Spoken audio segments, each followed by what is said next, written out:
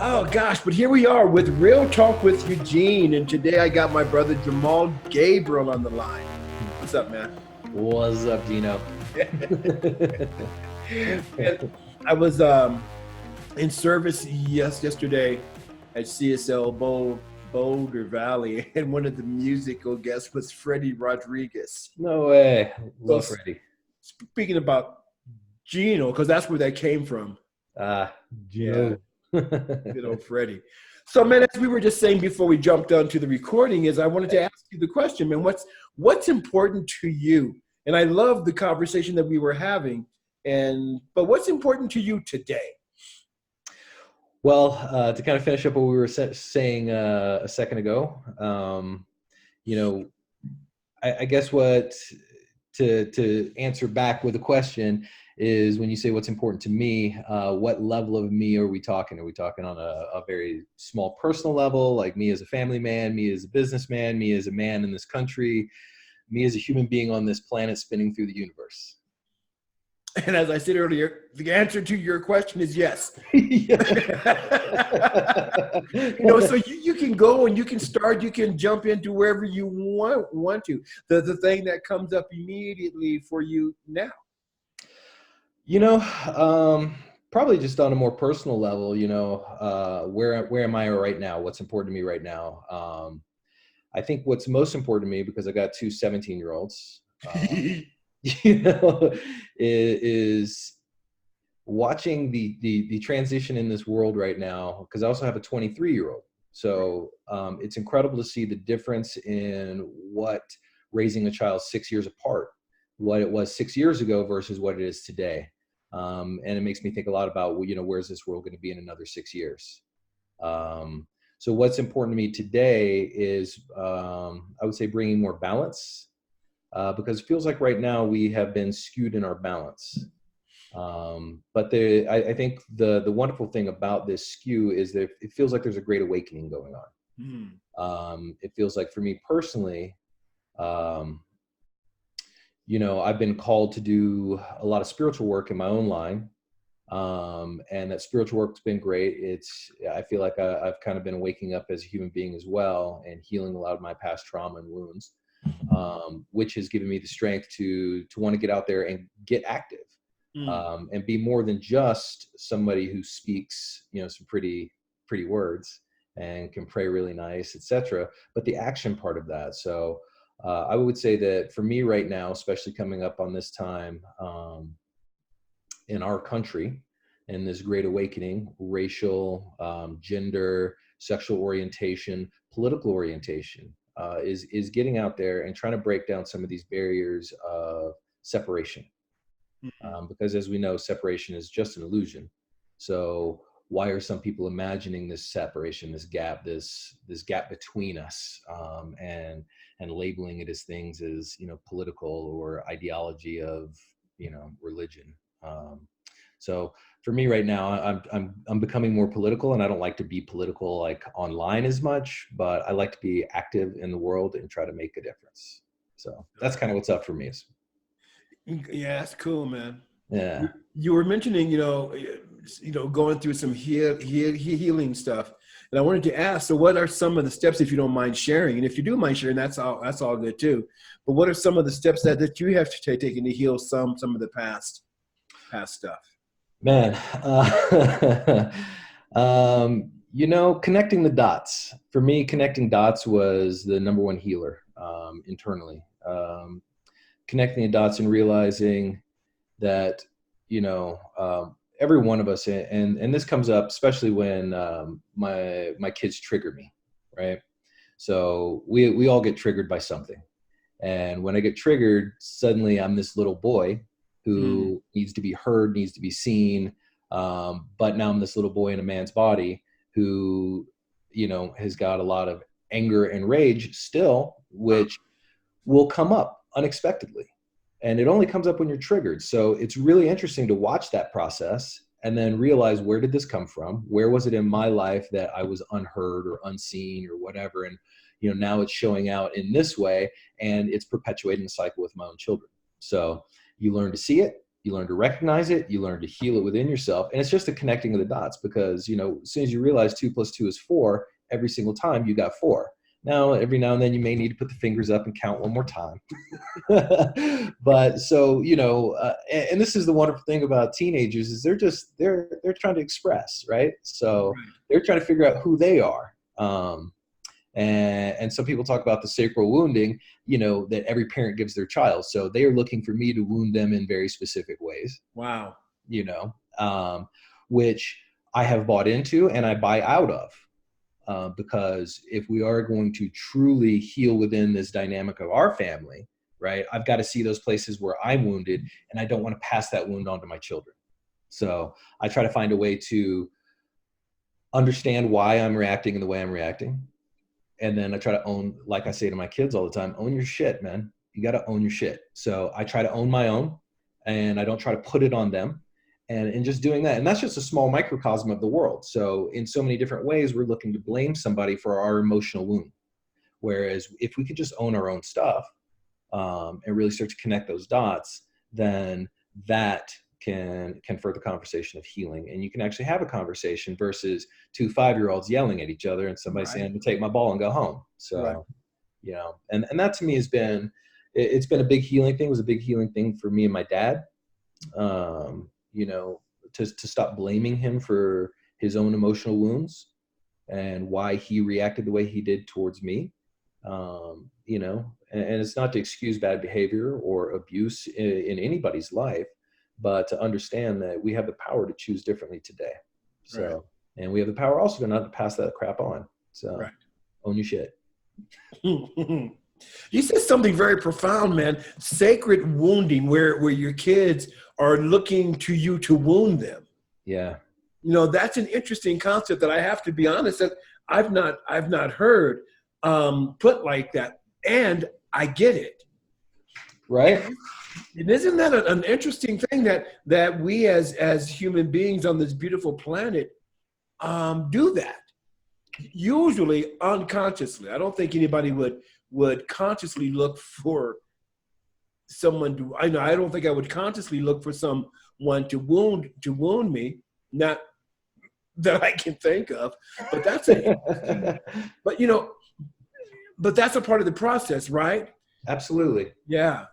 Absolutely. And I think, especially, when I watch my kids, right, they're trying to figure out who they are. And they're trying to figure their own identity. And I think part of that whole process, we talk about the whole metamorphosis from one thing into the next, is it has to become uncomfortable. It has to be, it has to be hot enough, uncomfortable enough, painful enough, whatever it is for the transformation to happen. If you're sitting in comfort and it's all warm and cozy, what's the impetus to try to do something differently? Right. You're going to stay right where you're at. So I think it's just a natural crash course or collision course of parents and children coming together, and there is that wounding, and you need that sacral wounding to be able to say, you know what, my parents are idiots, and let me move on and let me do my own thing, in whatever way. And then typically they come back around when they start to realize all the incredible wisdom that I have imparted over. Right. Yeah. Yeah. That's a trip because now we can take it outside of the context of the family, the kids and the parents and all of that unconscious sacred wounding. But then we can also then, let that expand to society because the same thing is still going on. Absolutely. Just now it's in a larger context. It's in a larger, way. It's just in a larger thing called life. Yeah. Wow, that is an interesting thing because then once we start to wake up to it, now, for me, it's like, okay, well, let me not only practice what I'm doing with my kids, but let me then also practice this with my friends, with people that I don't even know, I was speaking with somebody a few weeks ago about this beautiful thing called politics in the USA. Yes. Talk about a situation that allows us to either grow or not grow. But one of the things that she brought up was, instead of talking about the different sides and that divisiveness in politics, why don't we start talking about what we value? Mm, Because people, no matter what side of the fence you're on, people value pretty much the same thing. absolutely. Yeah, right. Well, And, and this is the part where and this is a perfect segue, and I'm so glad you brought that up because oftentimes the reason why kids are being hurt right by their parents' words is not because I'm saying something mean. I'm speaking the truth, right? And I'm trying to impart a truth, but they don't want to hear it. And so it's hurtful to them because of their framework in which they're viewing the world currently. But as a parent, if I'm going to really do my job as a parent, I'm not going to dumb it down. I'm not going to play it down. I'm not going to do them a disservice of telling them what they want to hear versus what they actually need to hear. And I right. think that's the problem today in politics is, we get so careful. And I even said it a minute ago, I'm not very political on Facebook, right? Or in my social media. And it's a lot of that's because I don't want to rub people the wrong way. Hmm. In my profession, I need clients, right? So I don't want to get on Facebook and rub a whole bunch of people the wrong way and potentially mess up my income flow, right? Right. Right. Right. But That's real. that is real. But at the same time, there also needs to be, I think, a reckoning in this country where we can hear the uncomfortable truth and not suddenly be like, I'm unfriending you. And I've unfriended people, and I'm also making an effort to refriend people back, people who have different opinions. And there's people I haven't unfriended just because I'm trying to, see what is being said on the other side. And see right there, that language, the other side. Right. It's all one side. We're all on the same side just because we have varying opinions. And some of us are quite loud in our opinions. And demonstrative in our opinions, doesn't mean that anybody's wrong, because the truth is the truth to you, right? Right. So, and the majority of this is misinformation anyway. Right. So we're all operating from misinformation and very emotionally triggered around what we deem to be the truth. When the real truth is we're all one, and we all want the same thing. We want a healthy family. We want loving relationships. We Right. want to care for those that we care for. And even those that are not within our immediate circle, we still want the best for them. Right. And which is really interesting because I had these conversations with my kids. They talk about, white nationalists or whatever, white supremacists. And the conversations come up, why are they so evil? And I said, do you think they think they're evil? So, when it comes down to it, no, they think they're doing what is best and what is right. And they have their own structure of ideals and etc. Right. With some twisted views, some twisted truths, according to me, and the greater scheme of the world, in my opinion, right? But do they think they're evil? Do they think they're wrong? No, everyone thinks they're right. No one thinks they're operating from this place, right? So how do we all get to this place of love, compassion, and food and safety and what's best for everybody, That's real talk. Yeah. There was something that you said to me along those lines, a couple of years ago, is that something along the lines of you don't have to be wrong so that I am right. We both can be right. Yeah. And so here's where I believe we are going, and I love the climate that we're in, especially here in the USA, is that all of this stuff is coming up, to, if not be healed, to at least be looked at.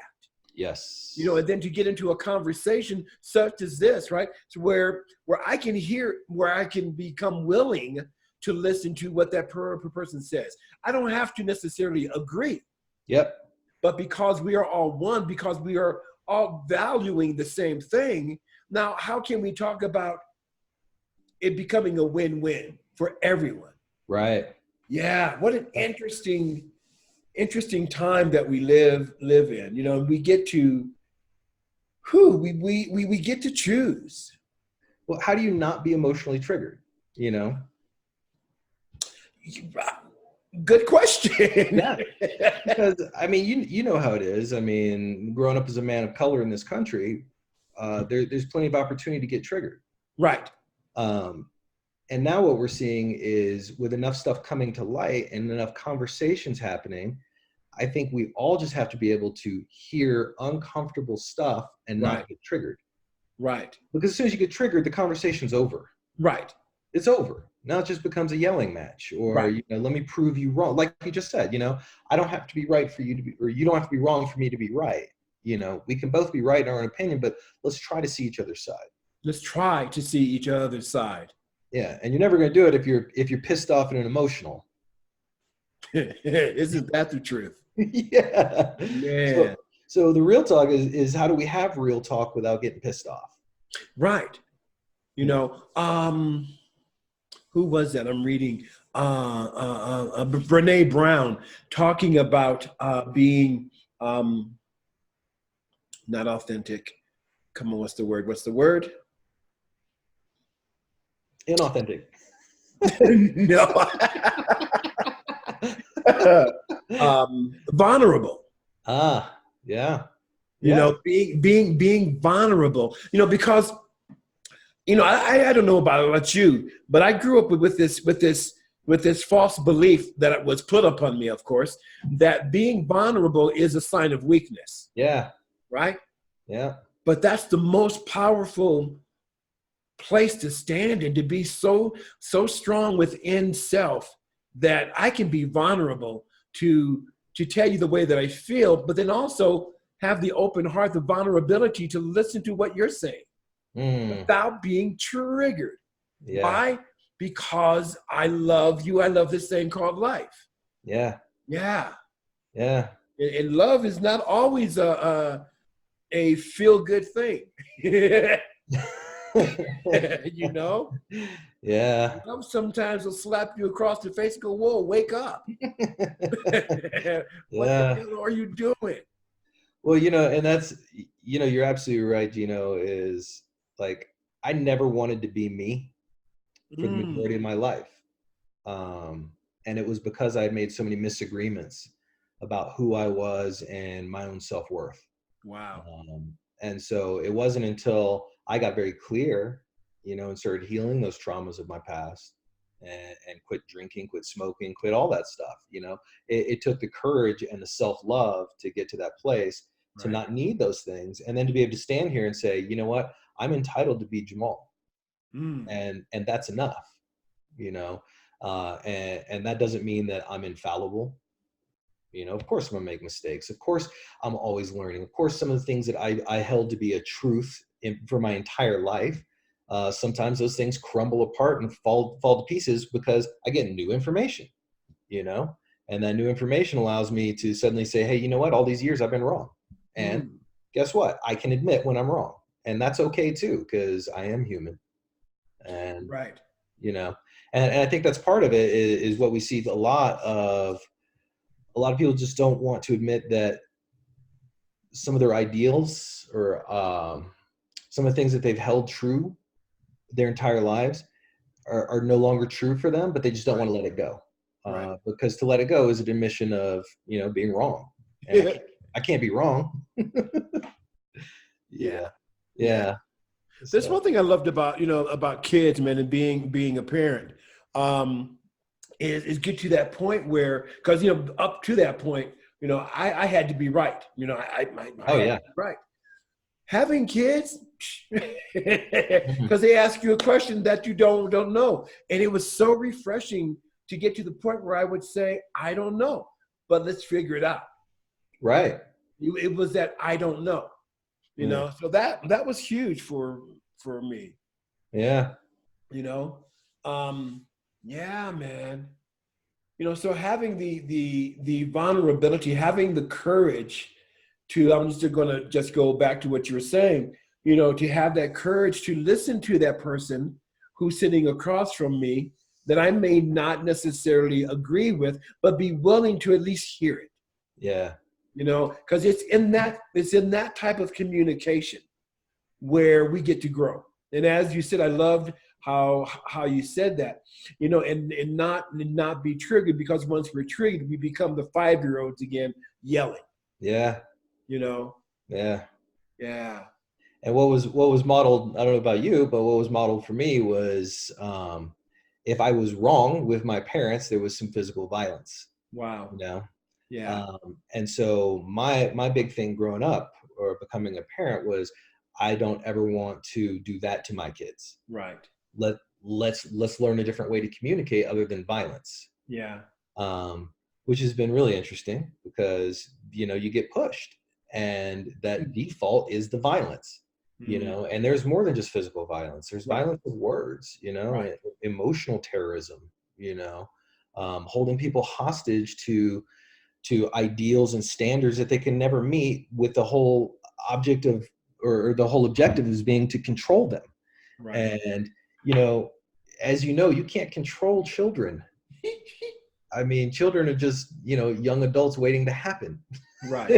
And none of us want to be Right. controlled. So they're just waiting for that moment where they're out on their own and they think you're an idiot already. And they're going to push every button they can. And they're going to try to push you to that point because that's all they've got, while you're trying to control them into some, conceptualized version of what society is supposed to be and what you were taught, which who knows if that was even right or wrong. Right. So for me, I'm trying to teach my kids, and this is the greatest gift my dad gave me was critical thinking and free thought.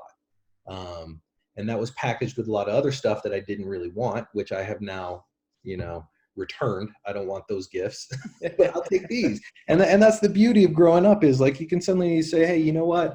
I have choice, man. I can choose to hold on to some of these things, or I can return to sender, man. I don't want those gifts. You're right. Yeah. Going back to that gift, I talk about this all the time, right? As beautiful, divine human beings, we have this great gift, and that's the gift of choice. Yes. I can choose to hang on to this or not. I can choose to be triggered or not. Now that's easier said than done, of course. But it's that gift of choice. Yeah. Choosing to continue to learn, choosing to continue to remember, choosing to continue to grow, choosing to continue to love. Ooh. Yeah. Whew. Yeah. That's real talk, bro. Yeah. Well, Yeah. and that's one of the reasons why I dig hanging out with you. Is one, we have real conversation. No stuff. Yeah. And we're both committed to, hey, let me find those hurts. Let me find Yeah. those places where, it still may be unconscious to me. Yeah. And Yeah.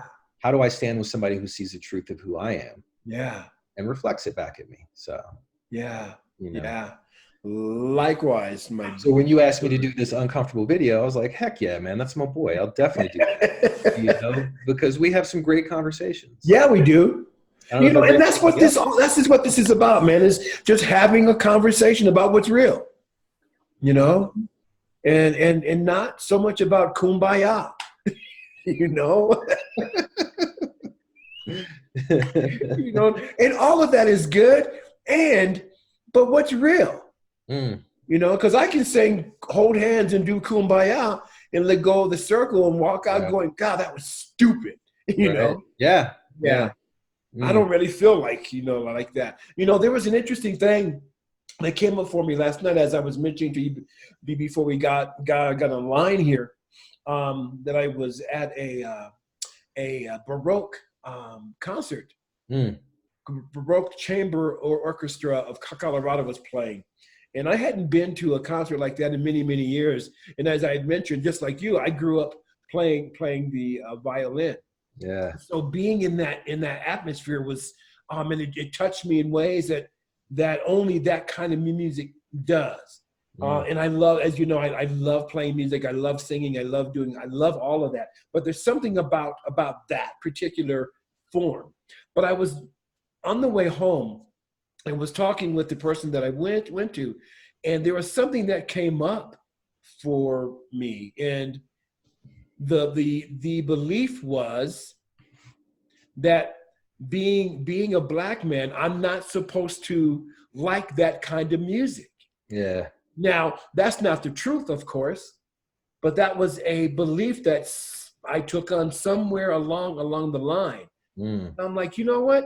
If I'm going to be my authentic self, then that means that I get to go listen to this stuff and not care about what folks say. And it was an interesting thing because,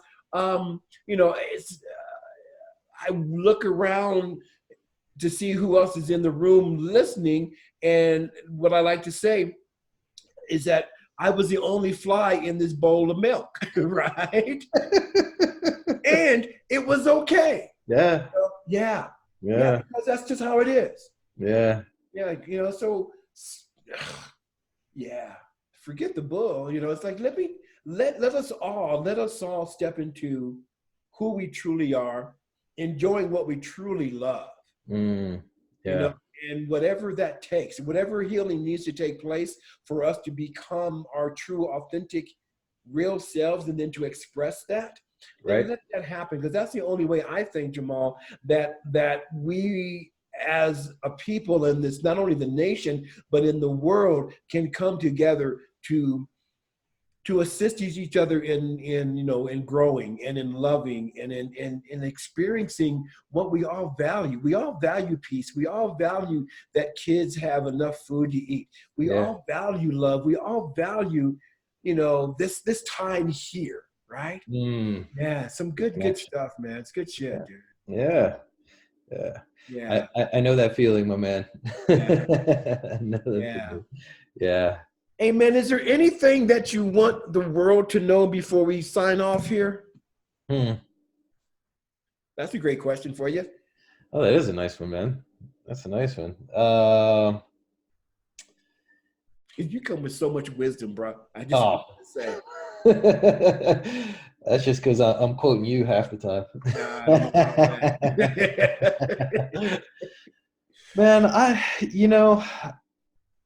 I say this to my kids a lot, and I know I keep bringing up my kids, and it's a short window in my life. I know that, but it's having these teenagers and a young adult now has reminded me of so many of the places that I felt lost as a teenager. Mm, You know, and you get to see people going through this everywhere, like that sense of hopelessness, or despair or sadness, right? Um, and I've seen this from my kids a lot, as they battle with whatever they're battling. And the analogy was once told to me, if you think of the light, right, that light is shining. And if the light is shining on you, but you're turning your back and you're looking, all you can see is shadow. mm, So it's all about perspective, right? So and we talk about it all the time, where you place your focus, you see the manifestation, right, right? Same idea. So if you're focusing on the manifestation of the shadow, you're missing the point that the light is shining on you. right. So if there's anything I want the world to know, is that there is a constant source of light. There's a Mm, constant source of love. Um, Whether you choose to look at it or not look at it, it is still shining. yeah. And it is really all that there is. So we can compartmentalize our individual lives, our individual small rings of circles of whatever it is that we're living through.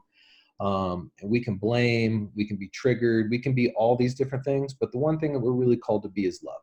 Mm, Yeah. And you said that there in the beginning. And, if we can all understand that this is a limitless universe, that there's more than enough resource for everyone to have right. more than enough food, more than enough protection, safety, shelter. There's no need for genocide. There's no need for racism. There's no need for segregation of any type. There's no need for so much of what we're going through as a young race on this planet, Mm, you know? And I think that there's a great awakening happening, and that great awakening is a return to love. mm, And the quicker we can just return to that, and the quicker we can operate from that and stop thinking somebody else is taking mine, and understanding they're taking theirs and they right, are entitled to it as I'm entitled to mine. And just because somebody else gets theirs doesn't mean that they took it from me. right. There's more than enough for all of us. And we just need to operate from that place. Cool. So that's me. My brother Jamal, thank you so much, man. Thank you for agreeing to do this with me, not for me, but with me. And I appreciate you so very much, man. I really do. But then that. And Gino, thank you so much for giving me the opportunity to spend some time with you. You are you are a staple in this house. Mm, My family loves you. You mm, remind me so much of my dear brother. Mhm. And you know, I know we've known each other what 11 years now, Yeah, close something to crazy like that. Yeah, crazy. but the moment I met you, it feels just like this. Right. So Boom. um, Yeah. It was like boom. Yeah. Yeah. honestly, one of the realest dudes I've ever met, and I love you with all my heart, man. Thank you, brother. Yeah, yeah, for sure. Man, I'll be seeing you around, dude. Like shortly, I'm sure. Shortly, I'm sure. You better. Much love, Jamal. Much love, Gino. Appreciate you, bro. Appreciate you too.